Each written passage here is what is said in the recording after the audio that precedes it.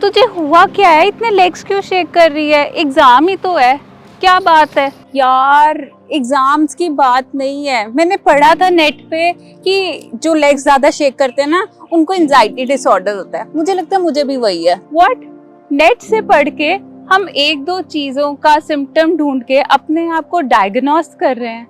Actually में anxiety जो होती है वो एक फियर रिस्पॉन्स होता है, जो कि घबराहट, बेचैनी के रूप में अक्सर हम महसूस करते हैं। हम अक्सर ये चीज देखेंगे, हमें ये चीज का अनुभव होता है कि कभी कभी जब हम जॉब इंटरव्यूज के लिए जाते हैं, कोई इंपॉर्टेंट एग्जामिनेशन होता है या किसी अथॉरिटी फिगर से बात करनी होती है, तो हमें उस पॉइंट ऑफ टाइम पर भी एक एंजाइटी, एक घबराहट का एहसास होता है।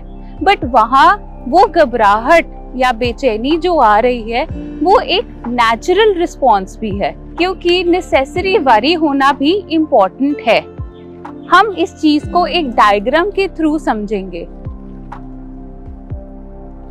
जैसे कि हमारा कल एग्जाम है, बट अगर मेरे अंदर जरा सी भी एंजाइटी नहीं होगी, मेरे अंदर जरा सी भी टेंशन नहीं होगी उस एग्जाम को करने के लिए, ऑब्वियसली मैं पढ़ूंगी ही नहीं। बट अगर मेरे अंदर थोड़ी एंजाइटी है, मेरे अंदर थोड़ा सा डर है कि मैं शायद फेल हो जाऊं, मेरे अंदर वो नेचुरल रिस्पॉन्स एक मोटिवेशन क्रिएट करेगा जिससे कि मैं पढ़ाई में ज्यादा कंसंट्रेट कर पाऊंगी।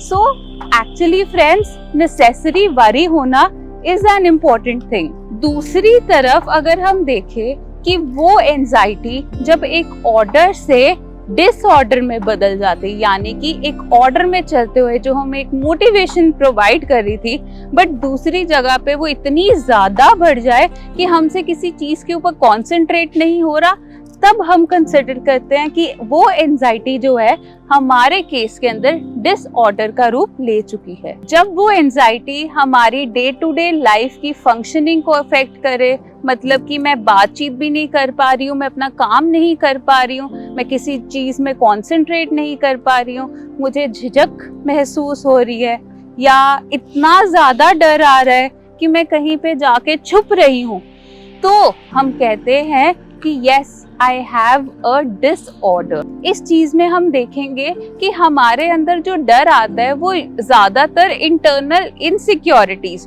यानी कि अंदरूनी कमियों के कारण आता है।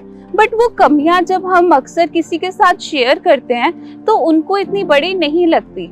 इसका मतलब ये है कि डिसऑर्डर के अंदर हमारी जो सोच है वो छोटी सी चीज को भी बहुत बड़ा बना देती है। बेसिकली हमारा जो रैशनल थिंकिंग है उस रैशनैलिटी को ही बदल देती है, इरैशनल बना देती है, इलॉजिकल बना देती है, इतनी ज्यादा कि हम अपनी बेसिक जिंदगी भी जी नहीं पाते। तो अगर आपको ऐसा लगता है कि आपके अंदर भी ऐसे कुछ सिम्टम्स हैं, तो प्लीज अपने आप को डायग्नोस ना कीजिए, बट सीक हेल्प। अपने आसपास कोई डॉक्टर या कोई साइकियाट्रिस्ट, साइकोलॉजिस्ट से आप कांटेक्ट कर सकते हैं, या अगर आप ऑनलाइन कंसल्टेशन हमारे से कंसल्टेशन चाहते हैं तो हमारे नंबर्स नीचे दिए गए हैं। सो ऐसी ही इंफॉर्मेटिव वीडियोस के लिए हमें लाइक कीजिए, सब्सक्राइब कीजिए, और अगर आपका कोई भी क्वेश्चन है तो आप नीचे कमेंट करके भी हमसे पूछ सकते हैं। Thank you.